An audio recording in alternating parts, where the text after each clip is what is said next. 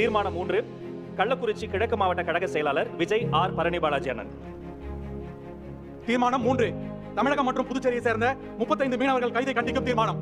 இதுவரை நம்முடைய மீனவ சகோதரர்கள் 800 பேருக்கு மேல் இலங்கை கடற்படை தாக்கி மாண்டுள்ளனர். ஆயிரக்கணக்கான படகுகள் சேதப்படுத்தப்பட்டுள்ளன, கடலில் மூழ்கடிக்கப்பட்டுள்ளன. நம் மீனவ சகோதரர்கள் மீதான இலங்கை கடற்படையின் தாக்குதலும் கைது நடவடிக்கையும் ஈவு இரக்கமின்றி தொடர்ந்து நீடித்த வண்ணமே உள்ளன.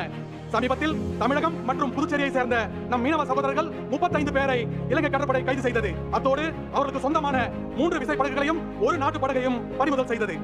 இலங்கை கடற்படையின் இந்த அராஜக செயலை ஒன்றிய பாஜக அரசு ஓரவஞ்சனையுடன் கண்டும் காணாமல் கண்மூடி கொண்டிருப்பது வன்மையாக கண்டிக்கத்தக்கது.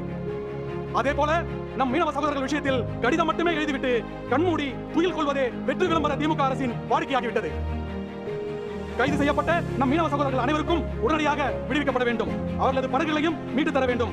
இதற்கான நடவடிக்கையை ஒன்றிய பாஜக அரசு தாமதமின்றி உடனடியாக எடுக்க வேண்டும். ஒன்றிய அரசுக்கு உரிய அழுத்தத்தையும் தமிழக அரசு தயங்காமல் உண்மையாக தர வேண்டும்.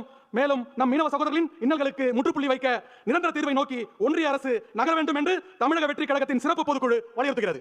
தீர்மானம் 4, பேராசிரியர் முனைவர் சம்பத்குமார், கொள்கை பரப்பு இணைச் செயலாளர் அவர்கள்.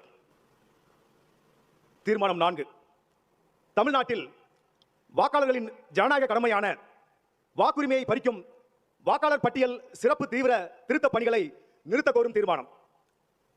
வாக்காளர் பட்டியல் சிறப்பு தீவிர திருத்தம் என்பது மக்களின் அடிப்படை ஜனநாயக உரிமையை அச்சுறுத்தும் ஒரு செயலாகவே இருக்கிறது.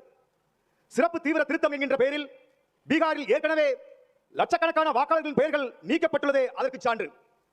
பீகாரில் நடந்த அந்த பெயர் நீக்கம் குறித்த காரணங்களே இன்னும் முழுமையாக வெளியாகாத நிலையில் அடுத்த கட்டமாக தமிழ்நாடு உள்ளிட்ட 12 மாநிலங்கள் யூனியன் பிரதேசங்களில் சிறப்பு தீவிர திருத்தம் நடைபெறும் என அறிவித்து இந்திய தேர்தல் ஆணையம் பணிகளை தொடங்கியிருக்கிறது. சிறப்பு தீவிர திருத்தம் தொடர்பான வழக்கு விசாரணை உச்சநீதிமன்றத்தில் நடைபெற்று வருகிறது. போலி வாக்காளர்கள், போலி முகவரி, தவறான புகைப்படங்கள் என இந்த முன்னெடுப்பில் உள்ள குழப்பங்களை நாட்டின் பிரதான எதிர்க்கட்சிகள் அனைத்தும் தொடர்ந்து பட்டியலிட்டு வருகின்றன. வழக்கில் ஒரு தீர்வு எட்டப்படாமல் தற்போது நிலவும் குழப்பங்களுக்கு ஒரு முடிவு எட்டப்படாமல் சிறப்பு தீவிர திருத்த பணிகளை மேற்கொள்வது எந்த வகையிலும் முறையில்லை. மேலும் தமிழகத்தில் சிறப்பு தீவிர திருத்த பணிகளை மேற்கொள்ள தேர்தல் ஆணையம் 1 மாத காலமே அவகாசம் கொடுத்துள்ளது. 6 கோடி வாக்காளர்களுக்கும் மேல் இருக்கும் தமிழ்நாட்டில் அத்தனை பெயர்களையும் சரிபார்க்க 1 மாத காலம் எப்படி போதுமானதாக இருக்கும்? அவசர கதியில் நடைபெறும் இப்பணிகளால் மக்களின் அடிப்படை ஜனநாயக உரிமை பாதிக்கப்படுவதை எக்காரணம் கொண்டும் ஏற்றுக்கொள்ள முடியாது. எனவே நியாயமான எந்தவித அரசியல் குறுக்கீடுமற்ற சுதந்திரமான தேர்தல் நடைபெற சிறப்பு தீவிர திருத்தம் எனும் இந்த குழப்பமான நடைமுறையை கைவிட்டு ஏற்கனவே இருக்கும் பழைய நடைமுறையை தேர்தல் ஆணையம் பின்பற்ற வேண்டும் என்று தமிழக வெற்றி கழகத்தின் சிறப்பு பொதுக்குழு வலியுறுத்துகிறது. இந்த தீர்மானங்களை ஏற்றுக்கொள்வோர் ஆம் என்க.